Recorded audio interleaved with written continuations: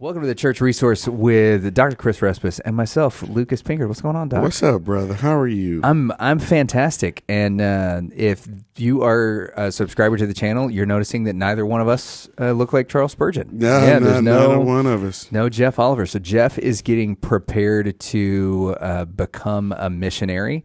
And as he's wrapping up Spurgeon Speaks and that project, if you haven't checked it out, you really need to go check it out. Doing the daily devotionals that Charles Spurgeon did in the morning and evening book. So that's public domain, and he's reading it in the King James. All right. And we have had to change a few words that were, let's say, culturally different than what they used to be. One that was used often that referenced a bundle of sticks, which is now just like not at all. Like that came up and we were like, we got to figure out what the right word for that is now. So some of that stuff. So we're taking over the church resource, and we're getting to do what I think is going to be some fun stuff that I'm pretty stoked about. So I'm looking forward to it. Dr. Respass. Yes, sir. Let's start off with getting to know you a little bit, so people know who they're listening to, and my goodness, so they can know why they should or shouldn't listen to us.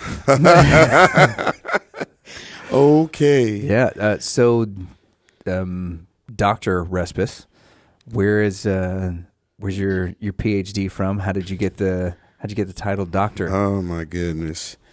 D-Min, it's actually D-Min. So I got that from Dallas Theological here a couple years back with an emphasis on church health, church growth, church leadership, and multiplication. I'm from North Carolina.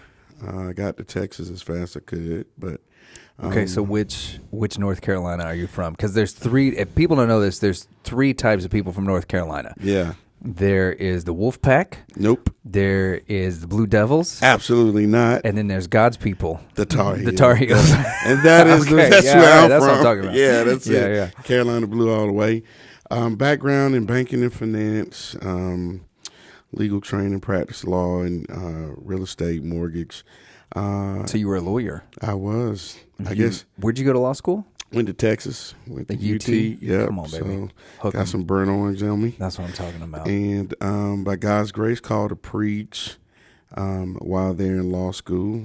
And got married and moved north to the Dallas Metroplex area, where I was a youth pastor for 5 years. And then afterwards, the Lord led me to plant a church. And, right on, so planted it from scratch, and 20 years later, we're still here, and they haven't gotten rid of me.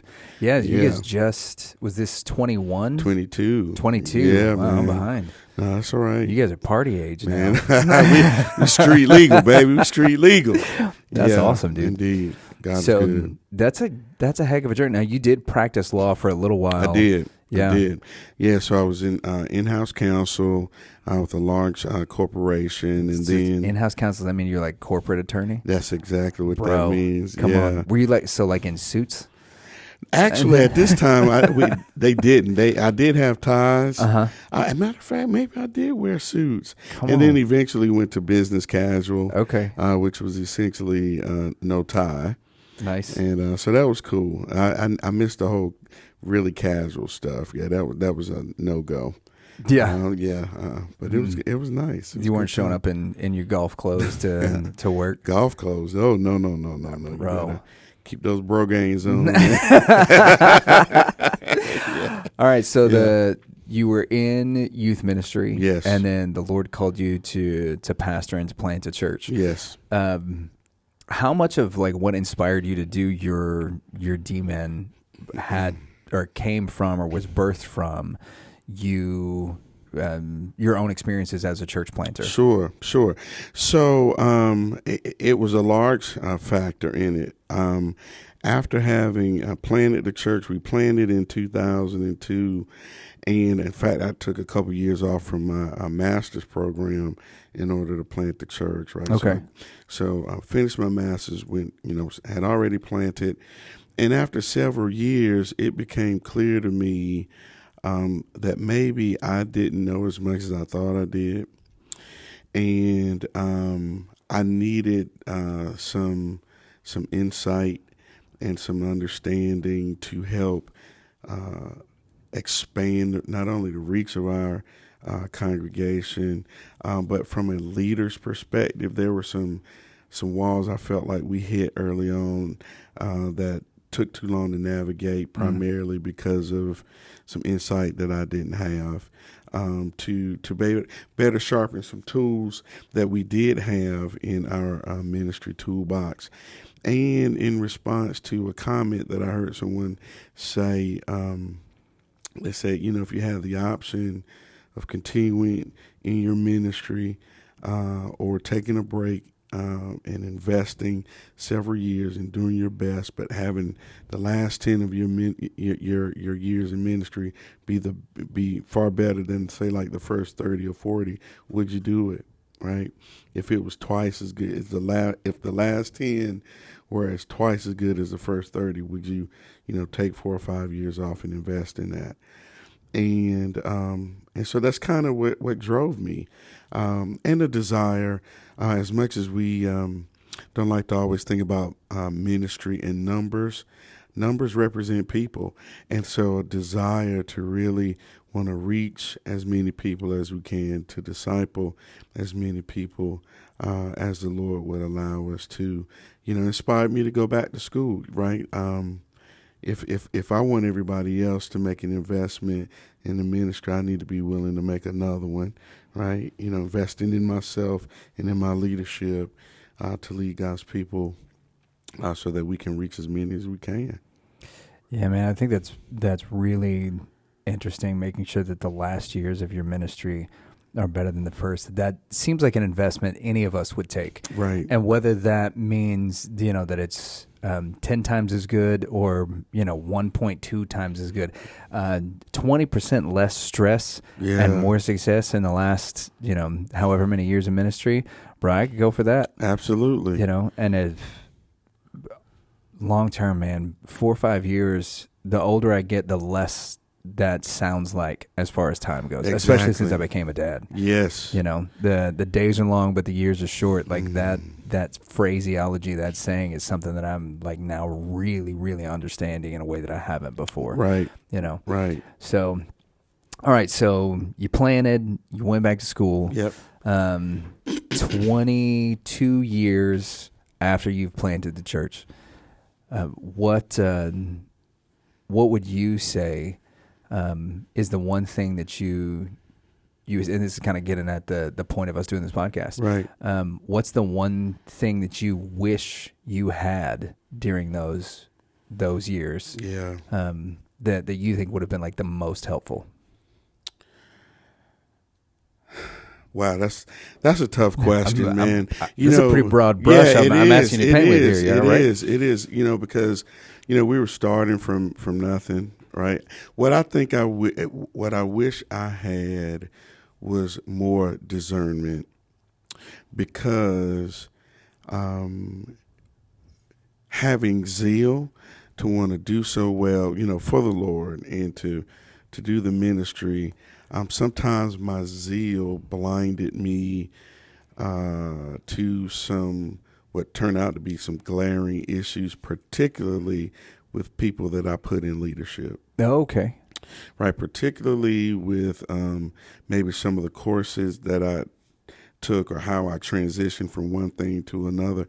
But if I had more discernment, I think I could have saved myself not only a number of headaches, but some relational strife, some ministry strife, because I would have either been more savvy in terms of how we were able to work around or work through issues. Right. Some people I just never would have been in leadership at all, or at least not at the level, that I placed them in.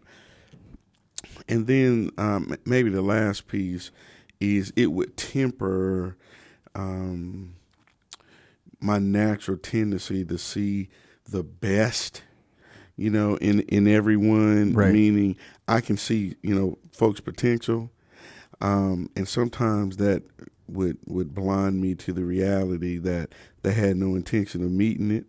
Right? Like it was not their plan to be their best. It's like right? You're reading my mail, man. Yeah. Yeah, I think I would have just avoided that, right, and wish them the best until they started to demonstrate, a level of commitment, or at least a commitment to excellence in what they were doing. Man, I think that would be an interesting episode for us to do. The purpose of this podcast is not only for us to be a good resource for churches, but also to look at resources that are out there that are for churches, and try to, without reviewing all of the material, right? We don't want to be a review show, but kind of recommend, hey, if you're the average church in the United States right now is less than 60 people coming on a Sunday morning. Right. So not all of the wonderful books about church growth are going to be written for you, right? That's right. I remember when I was a youth pastor, I had 10 students in our youth group, and I was reading all of these books on like how to have an engaging student ministry. And when I get to the part where it was like, you want to take your kids, and you really want to split your students into groups of 4 or 5 groups of 10 every week, if you can do that. And I was like, if we're splitting into groups of 10, I get in one group. Like we're not doing any of this. Exactly. And so I'd spend $20 and I'd get 100 pages into a book and realize that it wasn't for us. But this in particular is one of those areas where if you see somebody, especially when you're in a church that is young and growing, or in my situation where I was kind of in a replant, right, that you see some excitement when you're there around 60 people, and you see somebody that's got some potential, and man, you really want to invest in them and raise them up, and then 6 months later they're like, nah, this ain't for me. That's right. It's hard not to get discouraged. I think that could be an entire episode, is talking about how to manage that, because I think that's a very real thing that most of us as pastors have to deal with. Where do you think the area is where you have wasted the most time, or what have you wasted the most time doing as a church planner? And this is not talking about like watching Cowboy games, because that's a waste of time for all of us in the last 30 years. Listen, does whining count? I have spent way more time whining and looking across the fence. Right? Yeah. All jokes aside, probably. I really will say whining, right? Because what I've done is lamented that I'm not like Lucas, right? Or lamented that I don't have the resources that someone else has. Yeah. Or lamented that the timetable that God has my ministry on does not seem to be the timetable that he has somebody else on. Mm-hmm. All right. And I think I've spent more time identifying my shortcomings than really going back in the room and looking at our arsenal and recognizing the assets and the resources that God did make available to us, and spend more time trying to maximize those rather than lamenting. Because it is what it is, right? You wish you were, taller. You wish you were faster. You wish, you had, more fiscal and financial flexibility. But the reality is, you're playing with the deck of cards that you were dealt. And I can spend all of my time trying to look in your hand and wish I had your hand. Or I can say, man, let me win as many books as I can with the cards that I have. And so I've wasted more time whining and complaining, murmuring. Let's use the biblical term, right? Murmuring. Mm-hmm. Spent a lot of time murmuring rather than looking in my arsenal, because God gives us tools and gifts, right? Looking in the arsenal, see what he's given us, and then, maximize that. I like that. I also like that you were talking about spades. And poker, you're talking about win as many books as you can. I was like, okay, yeah. Because I like that as the analogy much more, because there is something with spades that's much different with poker. Because with poker, like I'm trying to figure out just to win one pot that's going to go somewhere, and my goal is to get whatever. But with spades, you are playing a little bit of the long game. You got to work with the team, and then. That there are times where it will surprise you how valuable, having that 2 of clubs is whenever it comes to the end of the game, because you're like, oh, I'm not sandbagging. I didn't get it. So that's I dig that. So yeah, the last thing I kind of want to hit on, and then we'll talk a little bit about what our heart for the show is, and what we really want to try to do with it is, you look at, so whining is the place you wasted the most time. Discernment is, the thing that you wish you had more of. What do you think has been the gift God has given you that you have found most useful over your 22 years of church planting? So let me take a step back. When I planted, okay, I'll allow it. Thank you, sir. When the Lord led us to plant, I was 31. Okay. So I was young, energetic and handsome, which is a lot to manage. Let me stop. But I was young, and one of the ways that I was blessed by God is that I had an older gentleman who was a pastor as well, who was my assistant pastor. Mm-hmm. And he kind of kept me when I was out there. I'm obviously he's reporting to me, working with me, but he would stay my hand, right? Because at that time, I have a plan, I have a vision, anything and anyone that was threatening that vision, I was slicing them, man. Yeah. I'm moving them out of the way. And yet there were times he would stay my hand because you can't get rid of everybody, right? You can't, slash every program, right? You have to be prayerful and be led. And so I think one of the things that has been the most valuable to me are those men and women who saw the vision, right? And maybe even saw my potential, but really saw what God was trying to do and was willing to come alongside and just labor even when I was fumbling over some of the steps, right? Folks that could be a sounding board for me and could share a perspective that I didn't have, and it could be contrary to where I was going, but it came from a place of love for God and love for the mission, and also at least respect for me and what I was trying to accomplish. And so that was priceless.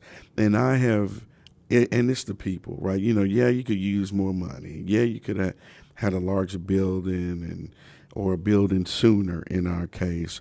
But the people who caught the vision and were courageous enough to love God and stand with me and tell me the truth has proven to be invaluable because it taught me humility, but at the same time it stoked my courage because I wasn't the only one saying they see what God is trying to do. Yeah. Right. And so I think that's been the most helpful is having somebody else that and let me just be honest. Most of the ministers that I knew had never planted a church. So I remember when we planted that even my father in the ministry, my pastor was like, I pastored countless churches, but I've never planted one. So I'm learning for you. So in a lot of ways, I was trailblazing. And so it wasn't so much that it was somebody that had gone down the path and they could help me navigate. Right. It was that there was somebody that had wisdom, whether that was because of lifespan or just being around ministry, that could add an element or several aspects of perspective that I just hadn't lived long enough to have or hadn't been exposed to ministry long enough to have gleaned. So that I think that was having those people who love God and love me and caught the vision was helpful. And that's why as I think about what we're doing in the podcast, maybe we're not the older guy, but the podcast can be, a resource kind of like that mentor, like that guy that I had, right, that could maybe speak to an area to share some insight or perspective that maybe, one of our viewers or listeners didn't have. Yeah, and I think that's a really important thing. When you talk about the part of the church planting movement, well, let's call it what it is, that you were a part of 22 years ago, it was pretty small. Right. The idea of church planting was foreign to a lot of people. And now it's become this, it's almost its own industry within Christianity is church planting. You got people that are writing books on church planting and all that stuff. And I remember when I was young in the ministry, so I'm 39 and then started full-time in ministry when I was like 17 or 18. So working on 20 years, though I don't know how many of my teenage years or early 20 years you can count as that, because I was just such a freaking knucklehead. I get it. That when I look now at like what church planting is and what replanting or revitalization is, those were terms when I was growing up in the ministry that we never used. That's right. And now all of a sudden it's this whole thing. So when you talk about being a trailblazer, like that's you were doing something that not only was it not done often, but it wasn't really done. Like satellite campuses were really in vogue, at that time, and now there's been a big shift. So, man, we really want to help out and to provide value for people who have been in our situation,